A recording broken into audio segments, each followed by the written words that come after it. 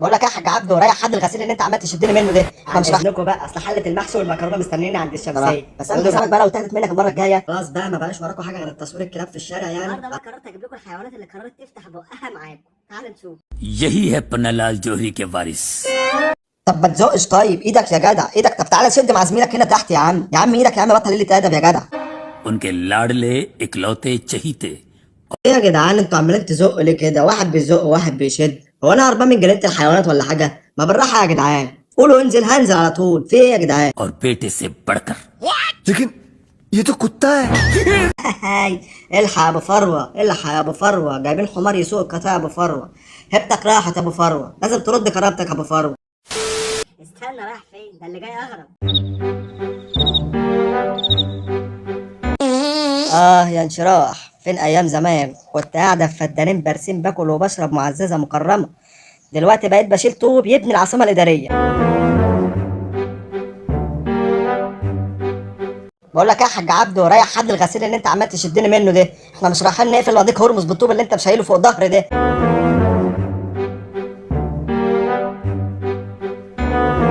انت صعبان عليا قوي يا حاج عبده.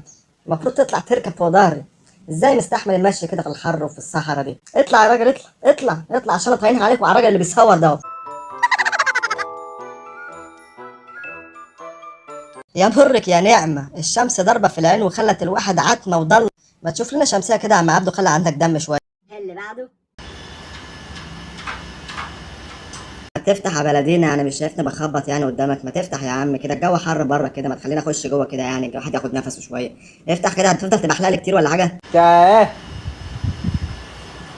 خلاص بقى، ما بقاش وراكوا حاجة غير التصوير الكلاب في الشارع يعني. خلاص عملتونا محتوى. سيب التليفون اللي في ايدك ده وافتح لي، عايز اخد نفسي جوه شوية. रोज आ जाती है। अभी दिन में तू 4-5 बार मेरे से गेट खुलवाती है, तेरे को पता है।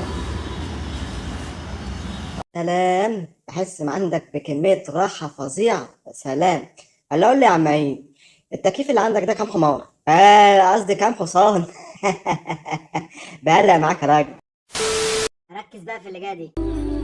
حاجتك معايا وفي الحفظ والصون. هتسلمني كيس الاكل اللي في ايدك ده، اسلمك حاجتك. مش هتسلمني يبقى مالكش حاجة عندي، وهروح ابيعها واجيب اكل بمزاجي.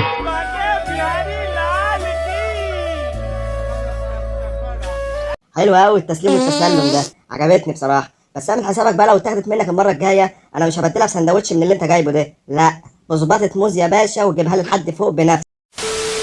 تعال نشوف بقى اخبار جمصة ايه. يا لا تقول لي ساحل بقى ولا شرم، مفيش احسن من ميه جمصة. ان ما كانتش تبقى خضرة وملوثه كده انا منزلش. الميه بتاكل في جسمي يا جدعان بطريقه فظيعه، ولا ريحه مجاري معفنه بقالها 20 سنه. بس عجباني جمصة بقى.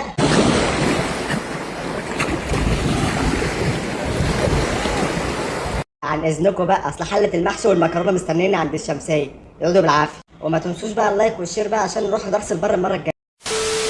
احنا بنطالب بترقيه العميد حسام حسن لرتبه لواء. بصوا بقى عشان نبقى على ميه ونور، انا مش قايمه من على العالم ده غير لما سياده العميد حسام حسن يترقى لرتبه لواء. ولو كسبنا المباراه الجايه بتاعت الارجنتين لازم يبقى مشير. ورجاء بقى للساده المسؤولين يعني، عشان خلاص الواحد مرارته ما بقتش مستحمله. كابتن رضا عبد العال، كابتن رضا عبد الله، تشوفوا له بقى عقد عمل كده في الخليج. ادوا له قرشتين خلوه يسكت. المهم ما يطلعش في الاعلام تاني، عشان الراجل ده صعبان عليه يفرح يا جدعان.